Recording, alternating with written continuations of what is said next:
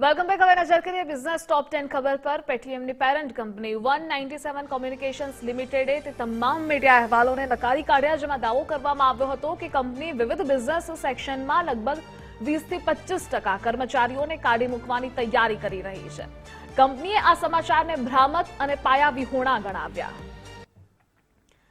રોકાણકારોની સુધરી હોડી। આ અઠવાડિયે ઘણી કંપનીઓ સ્ટોક માર્કેટમાં એક્સ ડિવિડન્ડ સ્ટોક્સ તરીકે ટ્રેડ કરશે।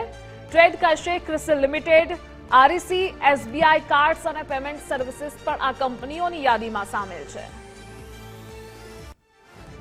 મધ્ય પૂર્વમાં અને રશિયા અને યુક્રેન વચ્ચે વધતા સંઘર્ષને કારણે લાવવામાં આવેલા કડક વૈશ્વિક પુરવઠાની ચિંતાને કારણે સોમવારે પ્રારંભિક એશિયન ટ્રેડિંગમાં તેલના ભાવમાં વધારો થયો, જ્યારે યુએસ રીગની સંખ્યા ઘટવાથી ભાવ દબાણમાં વધારો થયો।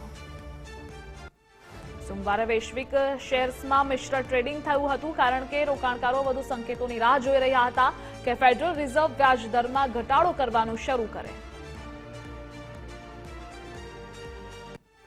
નવી નીતિના અનાવરણ સાથે પર્યાવરણના અનુકૂળ મોબિલિટી સોલ્યુશન્સને પ્રોત્સાહિત કરવા ભારતીય ઓટો ઉદ્યોગ આગામી વર્ષમાં ઇલેક્ટ્રોનિક વાહનોના મોડલ્સની શ્રેણી રજૂ કરવા માટે તૈયારી કરી રહ્યું છે।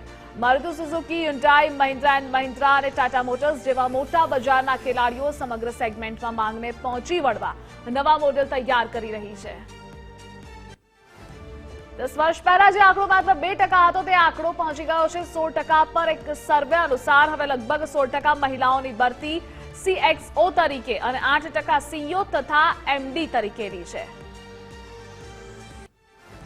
ટ્રાન્સફોર્મર્સ નિર્માતા Shirdi Sai electrics limited September quarter સુધીમાં આંધ્રપ્રદેશના તેના ₹300 કરોડના નવા યુનિટનું કામકાજ શરૂ કરવા માંગે છે। સીએમડી રેડ્ડીએ જણાવ્યું હતું કે 300 ટનની વાર્ષિક ક્ષમતા ધરાવતો પ્લાન્ટ 8 એકરમાં સ્થપાઈ રહ્યો છે, જેને 2024-25 જુલાઈ-સપ્ટેમ્બર સમયગાળા સુધીમાં કાર્યરત કરવાની યોજના છે।